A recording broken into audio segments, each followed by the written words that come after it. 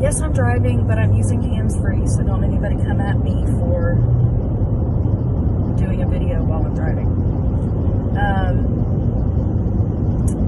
I want to address, while I have a moment, because this is really the only time that I have, the post that I made the other day that seemed to upset so many people. First of all, I'm not perfect. I don't have all the answers, but I'm not going to apologize for what I said. My goal was to get people talking, was to get people thinking. I'm fortunate to have a lot of followers. I'm grateful for that. And I feel a small responsibility to use that to do something good. And I'm not going to apologize for how I stand, where I stand on subjects. And, to the people who said, hateful things to me and said, we're unfollowing you. I hate to say it, as callous as it sounds. I don't care if you're going to unfollow me because of something that I believe. I absolutely refuse to follow some guideline for tiptoeing around socials, topics to keep followers. I have a very good job. I work my ass off, which is why I look the way that I do right here.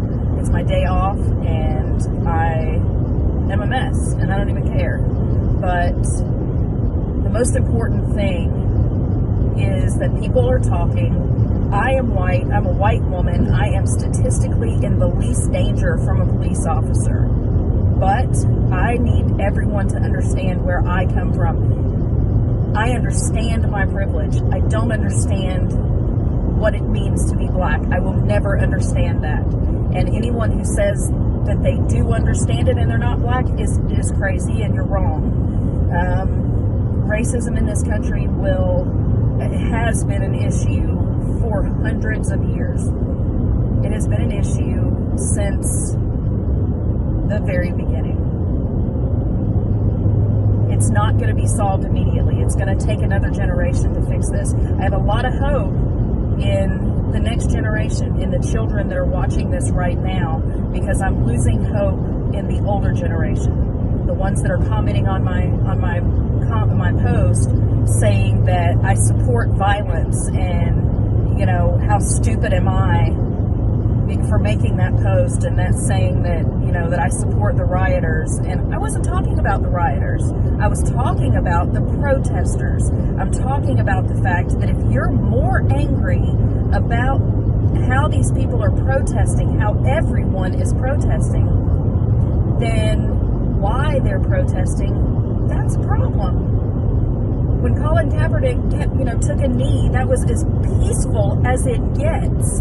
He lost his job. He was ridiculed. He was made into memes. How much more peaceful does it need to be to pacify racists?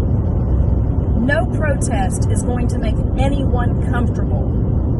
I don't care how peaceful or how violent it is. A protest is always going to make you uncomfortable. That's why it's needed.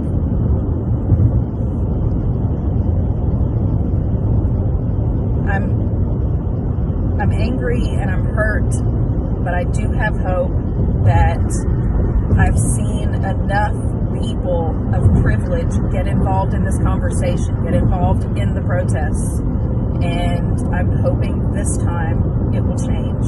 All I know is this is the first time that I've ever felt it necessary to speak up, and therefore there must be other people like me that are in the same situation that feel like, okay, now it's time for us to speak up. I can tell you this, the only thing that I know, and again, I am not perfect, and I have no idea what I'm doing, if it's right or wrong. All I know is I want any person of color, when they see me, to know they have an ally. That if I see injustice, I'm going to speak up. I'm not going to watch or video it and make it into an Instagram story. I will speak up. I will do anything in my power to stop it.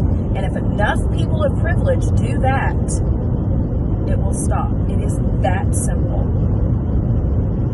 We can't depend on the government to regulate equality. We just can't.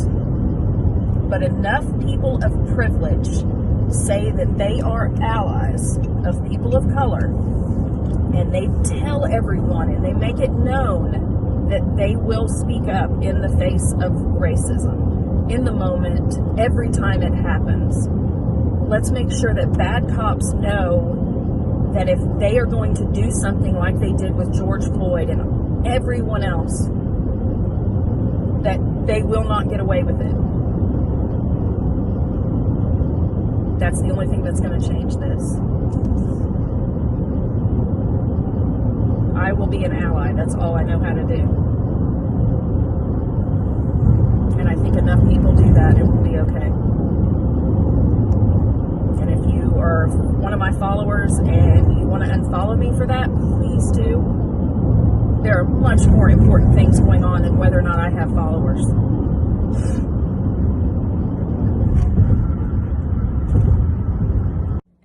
Hello amigos, I hope everybody's doing amazing.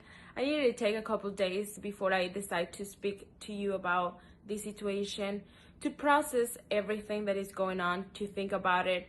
I had so many emotions before, and well, I think it's finally time for me to talk to you about this.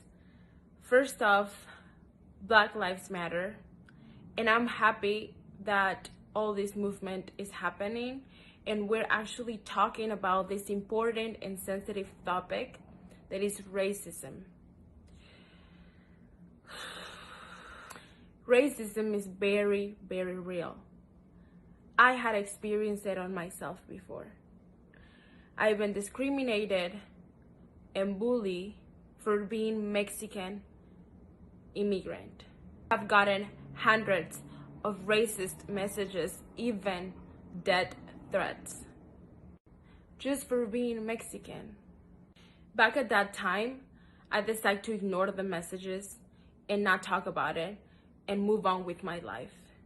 But this movement is making me realize that I should have, that I was wrong, that I should have talked about it, that I should have speak out. And I'm talking about this right now because I want to stand up for myself, but not only for myself, but for the Black community and for every single person that is watching this that had experienced any kind of racism before. Want justice as much as you want it. We like to live in a world where we're not divided, where we're not divided by race, we're not divided by color, we're not divided by social status, we're not divided by religion, we're not divided. We're all human. I would like to live in a world where we're all treated as the same. There is good and bad people in every race. The color of someone's skin does not determine the type of person that they are. We are in this together, and I am positive that something good is gonna come out of all of this. Después de la tormenta viene la calma. Good morning, everybody. Big Ed, obviously. Listen, I have a buddy of mine. His name is, I named him Dave Sign my shirt because he would never let me leave the house when we were roommates with a wrinkled shirt on. So, but he's one of the most awesome African-American friends I have. And years ago, we used to go, my buddies and I, Taz and Mike, we would go to Taco Tuesday every Tuesday. And the waitress would come over and take our order, and they would always skip him. And I never realized it until now, what's happening. And I think we become numb and blind to the fact that racism exists. So please stop racism. If I had to walk a mile in my buddy Dave's shoes, I wouldn't like it. I wouldn't know what to do.